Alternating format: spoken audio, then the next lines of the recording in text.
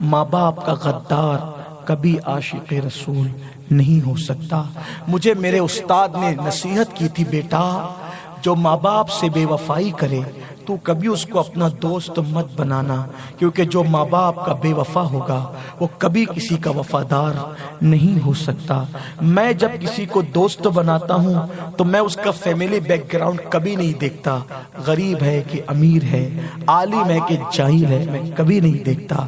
میں بس اتنا دیکھتا ہوں ماں باپ کے ساتھ وفا کرتا ہے کہ بے وفائی کرتا ہے۔ اگر وفا کرتا ہے کتنا بھی پاپی ہوتا ہے میں اس سے دوستی کا ہاتھ بڑھا لیتا ہوں، کیونکہ مجھے یقین ہے کتنا ہی پاپی لیکن ماں باپ کا وفادار ہے، تو یہ کسی کے ساتھ بے وفائی نہیں کر سکتا۔ اور بلکہ میں اپنے خاندان میں لوگوں کو کہتا ہوں لڑکا دیکھنے جانا تو پہلے یہ دیکھنا کہ ماں باپ کا وفادار کتنا ہے، ماں باپ کا وفادار کتنا ہے۔ اگر ماں باپ کا وفادار ہے تو بیوی سے بھی وفا کرے گا، سب سے وفا کرے گا۔ جو ماں باپ سے وفا نہیں کرتا وہ کسی کا وفادار نہیں ہو سکتا۔ آؤ گفتگو کے اختتام پر حصول برکت کے لیے جو سن چکے ہیں ان کا سبق تازہ ہوگا، جو نہیں سنے ہیں ان کے لیے یہ بات عبرت کے قابل ہوگی۔ عشق و محبت کی دنیا میں ایک بہت پرانا اور بہت بڑا نام ہے حضرت سیدنا اویس قرنی رضی اللہ تعالیٰ عنہ کا۔ سیدنا اویس قرنی بہت بڑے بزرگ ہیں، خیر التابعین ہے، سید التابعین ہے۔ ان کی زندگی بہت خوبصورت ہے، بڑی حسین ہے۔ کئی تصوف کی کتابوں کا نچوڑ ایک ساتھ میں آپ کے سامنے پیش کر رہا ہوں۔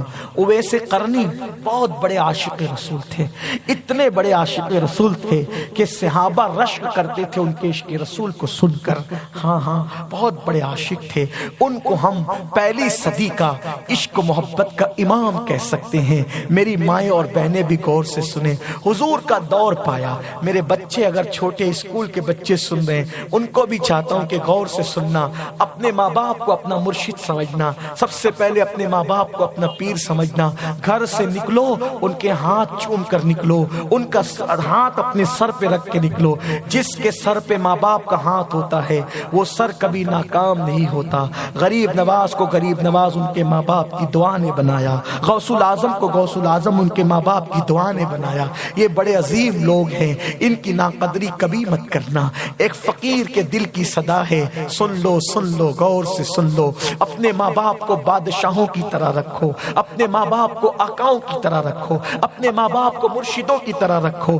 اپنے سے زیادہ قیمتی کپڑے اپنے ماں باپ کو دو، اپنے سے اچھا کھانا اپنے ماں باپ کو دو۔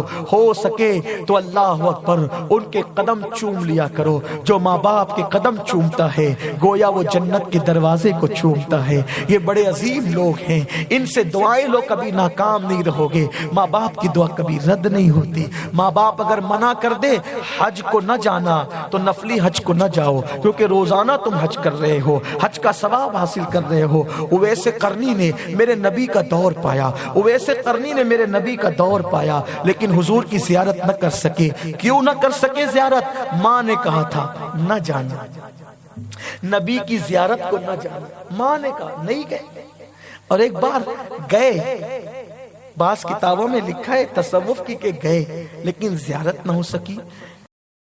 آؤ سنو، مفہوم کتابوں کا ہے، الفاظ میرے ہیں، اپنے الفاظ کے جامع میں عرض کروں۔ اویس بہت بڑے عاشق رسول تھے، اتنے بڑے عاشق رسول تھے کہ لوگ ان کو پاگل سمجھتے تھے، دیوانہ سمجھتے تھے۔ اور جو جتنا بڑا عاشق رسول ہوتا ہے وہ اتنا رسول اللہ کا ادب کرتا ہے۔ قرن کے لوگ، یمن کے لوگ آپ کو پتھر مارتے تھے، اویس قرنی کو پتھر مارتے تھے، تو آپ کیا کہتے تھے پتہ ہے؟ او قرن والو، بڑے پتھر مت مارا کرو، چھوٹے چھوٹے پتھر مارا کرو۔ تو لوگ کہتے تھے اویس عجیب ہو تم، عاشق بھی بنتے ہو، پتھروں سے ڈرتے بھی ہو۔ فرمایا میں نے پتھر مارنے سے کب منع کیا؟ میں تو کہہ رہا ہوں مارو، لیکن بڑے پتھر نہ مارو، چھوٹے مارو۔ کہا بڑے پتھروں سے کیوں ڈرتے ہو؟ کہا جب تم بڑے پتھر مارتے ہو تو چوٹ لگتی ہے، خون نکلتا ہے، خون نکلتا ہے تو وضو ٹوٹ جاتا ہے۔ بے وضو نام محمد کیسے لوں گا؟ بے وضو نبی پہ درود کیسے پڑھوں گا؟ ارے چھوٹے پتھر مارا کرو تاکہ وضو قائم رہے اور با وضو نام محمد لیتا رہوں، با وضو نبی پہ درود پڑھتا رہوں، تمہارا شوق بھی پورا ہوتا رہے، میرا کام بھی چلتا رہے۔ اس لیے چھوٹے پتھروں سے مارا کرو۔ اللہ اکبر۔ اویس قرنی اتنے بڑے عاشق رسول تھے کہ بے وضو نام محمد نہ لیا۔ رات کو روتے تھے، حضور کی یاد آتی تھی، دن کو روتے تھے، حضور کی یاد آتی تھی۔ جتنا کماتے تھے، اونٹ چراتے تھے، اونٹ چرا کر جتنے پیسے ملتے تھے سب ماں پہ خرچہ کرتے، اپنے پہ کچھ نہیں۔ حالانکہ ہم ایسا نہیں کر پائیں گے، لیکن جن کے رتبے بڑے ہوتے ہیں ان کے کام بھی بڑے ہوتے ہیں۔ سارے پیسے ماں پہ خرچہ کرتے تھے اور خود کا کیا حال تھا؟ کھجور کی گٹلیاں جو لوگ کھا کے پھینک دیتے تھے وہ چنتے تھے، اس کو دھوتے تھے، اس کو کوٹتے تھے اور کوٹ کے پھانک لیتے تھے، اس سے پانی پی لیتے۔ یہ ان کا کھانا تھا۔ اور کپڑے جو کچرے کی کنڈی پر لوگ اپنے کٹے ہوئے کپڑوں کی کترن پھینک دیتے ہیں، اس کو اٹھاتے تھے، دھلتے تھے اور اسی کا پیون لگا کر کے کپڑے پہنتے۔ یہ کپڑے تھے، یہ کھانا تھا۔ حضور سے عشق بہت ہو گیا تھا، بہت بڑا عشق ہو گیا۔ صبح ہوتی سب سے پہلے ماں کے پاس آتے، ماں کے قدم پکڑتے، امی آج عشق رسول نے بہت رلایا، آج میرا محبوب مجھے بہت یاد آیا، ماں اگر اجازت دو ایک بار مدینے جاؤں اور اپنے آقا کو ایک بار دیکھ لوں، دیدار کر لوں اپنے آقا کا، اپنے آقا کا ایک بار دیدار کر لوں۔ ماں کہتی تھی بیٹا میں نے بھی اسی نبی کا کلمہ پڑھا ہے، لیکن میں جانتی ہوں وہ بہت خوبصورت ہے، وہ بہت حسین ہے، وہ بہت دلربا ہے، بہت دلربا ہے۔ وہ بڑے بڑے عقلمند گئے، سب کچھ چھوڑ کر اسی کے ہو گئے۔ ابو بکر جیسا سنا ہے کہ اس کا در چھوڑ کر کبھی نہیں جاتا، بلال جیسا اس کے دروازے پہ پڑا رہتا ہے، عمر جیسا اس کے در کی خاک چھوڑ کر نہیں جاتا۔ بیٹا عقل مند لوگ جاتے تو دیوانے ہو جاتے ہیں، تو پہلے سے دیوانہ ہے، تو جائے گا کبھی واپس نہیں آئے گا۔ اس کی خدمت کے لیے تو ہزاروں ہیں، میرے لیے تیرے سوا کون ہے؟ میری آنکھیں نابینا ہیں، میرا بڑھاپا اٹھ نہیں سکتی، چل نہیں سکتی، کوئی کام نہیں کر سکتی، میری خدمت کون کرے گا؟ بیٹا مت جا، نہ جانا۔ ماں نے منع کیا، دل پکڑ کے رہ گئے، دل پکڑ۔ ایک طرف حضور کا عشق ہے، ایک طرف نبی کی، ایک طرف ماں کی فرما برداری ہے۔ کیوں؟ بن دیکھے کوئی عاشق بن سکتا ہے، یہ جملہ یاد رکھنا، بن دیکھے عاشق بن سکتا ہے، لیکن نافرمانی کر کے کوئی عاشق۔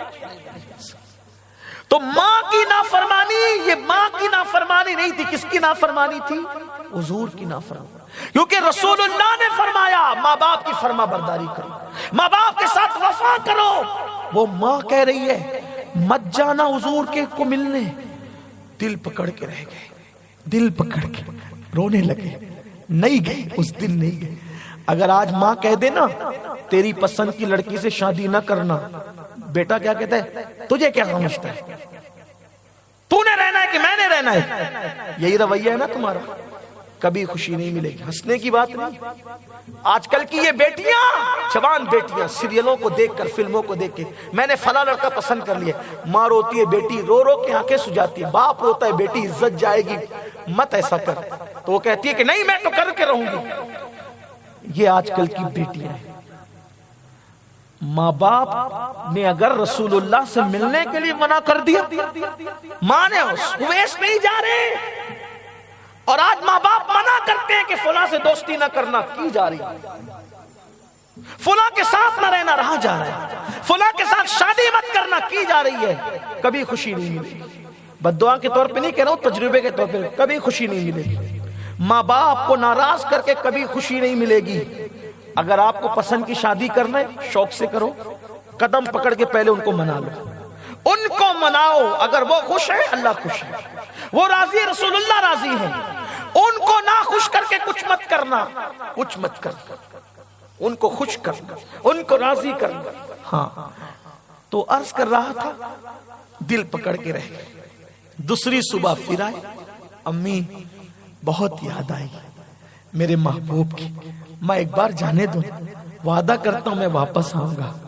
نہیں بیٹا تو نہیں آئے گا, وہ بہت حسن والے اخلاق والے ہیں, کوئی نہیں آتا وہاں سے لوٹ کے, تو نہیں آئے گا میرے بیٹے, تو نہیں آئے گا.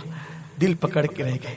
میں سوچتا ہوں لاک ڈاؤن میں 2 سال ہو گئے, گنبد خضرا کی یاد آتی ہے تو آج کا سنی رونے لگتا ہے. اویس ہماری طرح تو عاشق نہیں تھے, ہم سے بہت بڑے تھے, وہ کیسے روتے ہوں گے, کیسے تڑپتے ہوں گے. روز کا معمول بن گیا, صبح ہوتی ماں کے پاس آتے, ماں جانے دو نا, ماں جانے دو نا.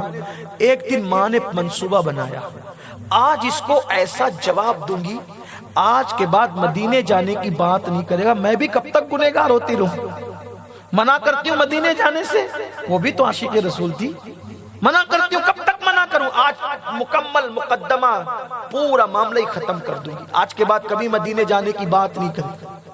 آئے صبح, ماں پہلے سے پلان بنا کے بیٹھی, امی بہت یاد آتی ہے, ایک جھلک دیکھ لوں آقا کی, جاؤں مدینے جاؤں. ہاں بیٹا جاؤ, بیٹے جاؤ. شیخ اکرام نے اس کو لکھا ہے, اب میں جو روایت پڑھ رہا ہوں, شیخ اکرام کی کتاب ہے عشق رسول, اس کتاب میں انہوں نے لکھا ہے, انہوں نے کہاں تک انصاف کیا مجھے نہیں پتا, لیکن انہوں نے لکھا ہے. ماں نے کہا جا بیٹا, لیکن ایک شرط ہے, ایک شرط ہے, تو نے 8 پہر کے اندر اندر جا کے واپس آنا ہے. میں تجھے 8 پہر کا ٹائم دیتی ہوں, 8 پہر کو اگر حساب کریں گے تو 24 گھنٹے, میں تجھے 24 گھنٹے کا ٹائم دیتی ہوں 8 پہر کا, جا کے واپس آ جا. اگر آ سکتا ہے تو آ, اور اگر تو 8 پہر میں واپس نہیں آیا, قیامت کے دن بھی تجھے معاف نہیں کروں گی. جا جا. یمن سے مدینہ منورہ آج کی تاریخ میں اگر کوئی کار سے جائے تو بھی 24 گھنٹے میں واپس نہیں آ سکتا, کار سے ٹرین سے نہیں واپس آ سکتا. اس دور میں جانا ہے گھوڑے پہ, کھچر پہ, پیدل, اور ماں کہتی ہے 8 پیر میں یعنی 24 گھنٹے میں واپس آنا. انہوں نے 24 گھنٹے نہیں کہا, 8 پیر کا, لیکن میں سمجھانے کے لیے کہہ رہا ہوں 8 پیر میں جا کے واپس آنا. دیوانے تھے وہ, سنا, ماں نے اجازت دے دی, کوئی سامان نہیں, کچھ نہیں, ماں جاؤں, ہاں جا, لیکن 8 پیر میں تجھے 24 گھنٹے میں آئندہ صبح سے پہلے واپس آنا ہے, ورنہ ناراض ہو جاؤں گی, دل دکھے گا نا, معاف نہیں کروں گی. یہ اٹھے اور دوڑ لگائی, آؤ دیکھا نہ تاؤ دیکھا, دوڑ لگائی, دوڑ رہے مدینہ منورہ کی طرف, جیسے واقعی 8 پیر میں واپس آ جائیں گے. دیوانگی تھی, عشق رسول تھا. دوڑتے دوڑتے اچانک خیال آیا, اویس کیا درے محبوب پر ایسی دوڑ کر جاتے, دوڑ کے جانا ان کی گلی کی طرف کیا بے ادبی نہیں ہے, حرم کی زمین اور قدم رکھ کے چلنا, ارے سر کا موقع ہے او جانے والے. اللہ اکبر. خیال آیا ان کی گلی کا, دھیرے دھیرے چلنے لگے. ماں کا خیال آیا 8 پیر میں واپس آنا ورنہ ناراض ہو جاؤں گی, دوڑنے لگے. ماں کا خیال آتا ہے دوڑتے, حضور کی گلی کے ادب کا خیال آتا ہے دھیرے دھیرے چلتے. بالآخر اللہ نے کرم کیا, غم سبھی راحت و تسکین میں ڈھل جاتے ہیں, جب کرم ہوتا ہے حالات بدل جاتے ہیں.